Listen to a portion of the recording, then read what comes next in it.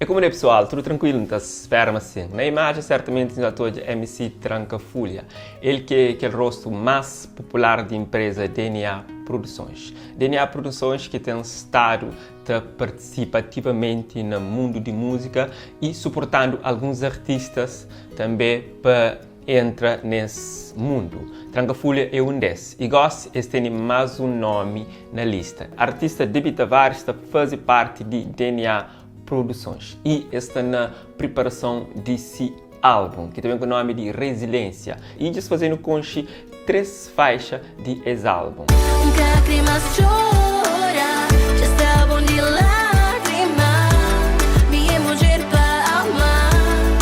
Acaba de ouvir um trecho de tema Acordei. Saudade também é mais um tema que está fazendo parte do álbum Resiliência, de artista Debi Tavares, ele que é natural de Ilha de Brava, que atualmente vive na cidade de Praia. Essa faixa Saudade conta com a participação de Lil Mário. Nós checa. Saudade de boquijadão, saudade de boquijadão, saudade de boquijadão, quijadão.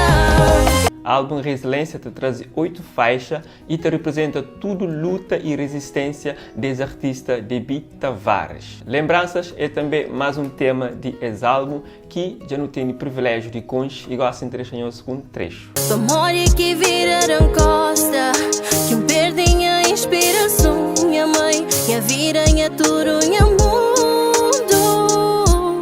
Então pessoal, gosto de convite para nos score para a página de DNA Produções e nós vamos conhecer esse artista caso nós conheça e nós descobrir que esse tema que eu sei e nós fica atento para mais tema também sei para completar esse álbum. Te desejo todo sucesso para esse artista que tudo está corre direito e que te evolui cada vez mais para mostrar-se potência e te agrada a pessoas que se para iniciativa também para entrar no mundo de música. Um jovem que se batalha e DNA Produções está por trás de suporte. Então acredita que tem tudo para certo, nós acredita e com sorte esta chega longe. Pessoal, obrigado por nos chegar até ali, nós fica direto, one love.